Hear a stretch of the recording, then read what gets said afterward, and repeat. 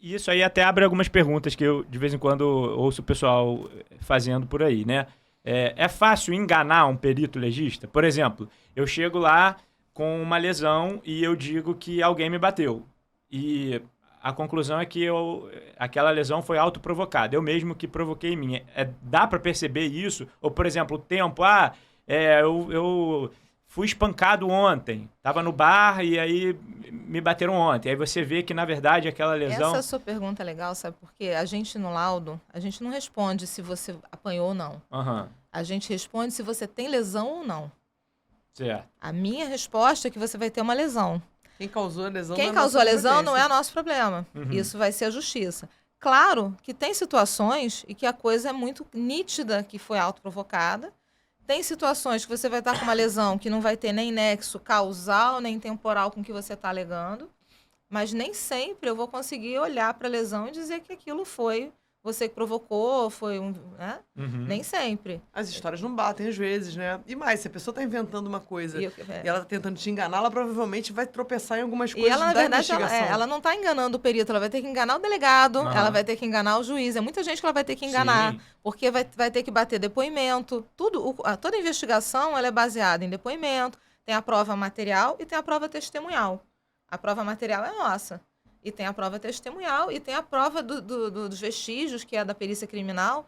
Então, o delegado, quando ele vai formar a convicção dele, ele não pega só o laudo do IML, ele pega testemunha, ele pega depoimento, a perícia de local, eventualmente. Então, é muita coisa para enganar, é muita coisa para juntar, para ter nexo ali, né? A perícia médica é só mais uma peça daquela investigação, né? Uma coisa que é muito comum, uma pessoa que tem várias lesões.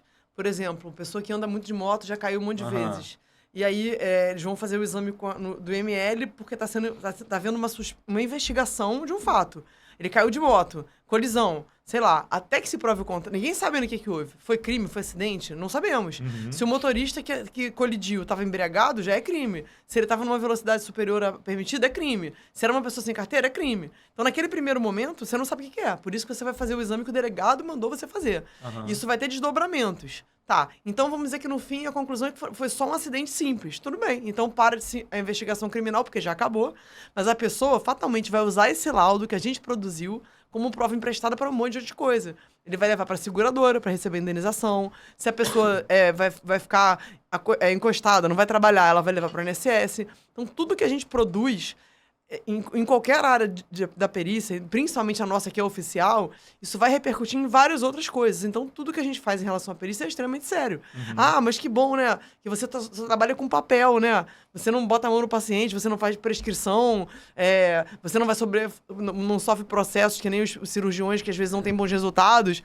Vai vendo, né? Porque por trás de tudo que a gente faz tem promotor, defensor, advogado, partes envolvidas. Pegando esse gancho dela aí, o que você perguntou... Muita gente às vezes fala assim, mas você dá a sua opinião. Não, a gente tem literatura vasta sobre o tema. Quando eu pego, por exemplo, vou dar um exemplo de criança, né, que é uma área que eu atuo muito. Você dizer que uma criança sofre determinadas lesões porque caiu de algum lugar, por exemplo, não é fácil de você enganar. Porque a gente tem dados de literatura que determinada lesão não é comum acontecer com isso. Determinada lesão não acontece. As fraturas, por exemplo, vamos para a área da Gabi aqui. Determinados tipos de fratura não são compatíveis com determinados tipos de argumentações. Eu vou dizer que eu peguei meu filho de mau jeito quando ele tem uma fratura que é característica, por exemplo, de rotação. Isso a gente sabe. Então, nesse ponto, enganar o perito não vai rolar. E a gente, às vezes, muitas vezes, trabalha com pessoas que não vão falar pra gente, ou porque estão mortas, ou porque são lactentes, não falam. Lesões idosos, de 2 vísceras grandes, por exemplo. Foi uma queda. Impossível. O tanto de energia que tem que ser produzida é impossível. Isso a gente fala baseado em quê? Literatura. Trabalhos mundiais. Então, a gente também tem que embasar muitas vezes o que a gente fala, porque a gente é questionado, sim. E a gente tem embasamento legal. A gente tá na normatização de como produzir um laudo. A gente não produz um laudo da nossa cabeça, cada um escreve como quer. Não é a nossa opinião, mais uma vez. Não é a nossa opinião. E quando, assim, enganar... É muita gente para enganar. Não é enganar o perito. A pessoa, quando tenta enganar o perito, ele está só tentando a primeira etapa. Porque tem a segunda, a terceira, a quarta. Até porque, senão, ao longo do processo, né? Se for algo que não está respaldado cientificamente... facilmente o advogado da parte vai conseguir derrubar anular aquela perícia. Eu trabalho muito com perícia de todos os jeitos, né? Sem ser só na área criminal.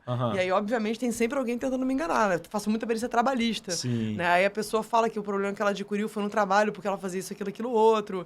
Perícias da área previdenciária, né? A pessoa foi pro INSS pedir um benefício, o INSS negou. Ou deu até um determinado tempo e depois cessou. Essa pessoa vai e processa o INSS querendo restabelecimento do benefício, ou aposentadoria especial, ou aqueles benefícios especiais, tipo LOAS, tipo outras coisas.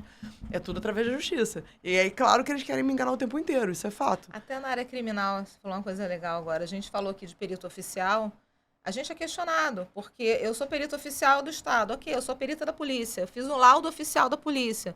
As partes podem contratar um perito criminal para impugnar meu laudo, questionar meu laudo, fazer perguntas. Então, eu tenho que fazer um laudo totalmente técnico, que esteja sujeito a críticas e que eu consiga argumentar com um embasamento técnico e científico. Isso é super importante explicar, né? Já que a gente está falando de atribuições, né? Carreiras médicas e possibilidades até de trabalho, pelo princípio lá da ampla defesa do contraditório, sempre que tem uma perícia, tem um perito designado pelo juiz, ou o perito oficial do Estado, ou até do INSS, mas havendo um processo, cada parte pode levar o seu assistente técnico.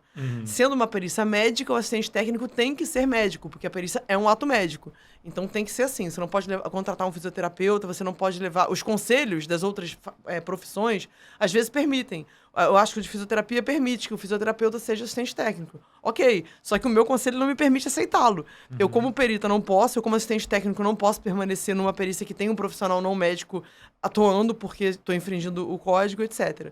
Mas então, assistente técnico é um médico contratado pelas partes, que pode ser quem você quiser, né? Pode ser especialista, não ser, pode não ter título de especialista, pode ter apenas o seu CRM e vai acompanhar a pessoa numa diligência pericial. Vai acompanhar, vai fazer quesitação suplementar, vai fazer um parecer, normalmente crítico ao do perito. E com embasamento também, porque quem vai ler aquilo é o juiz. Quem vai ler aquilo é quem pediu. Então, assim, ele está escrevendo uma peça técnica para a autoridade que solicitou. O perito dá lá a sua, entre aspas, opinião, que é uma coisa extremamente técnica, e os assistentes técnicos... Às vezes são de duas partes, às vezes são processos que tem vários réus, e aí tem vários assistentes, é todo mundo tacando pedra no perito, né? E aí você é obrigado a responder todas as impugnações que fizerem ao seu laudo. Embasando também, né? Detalhe. Sempre com embasamento.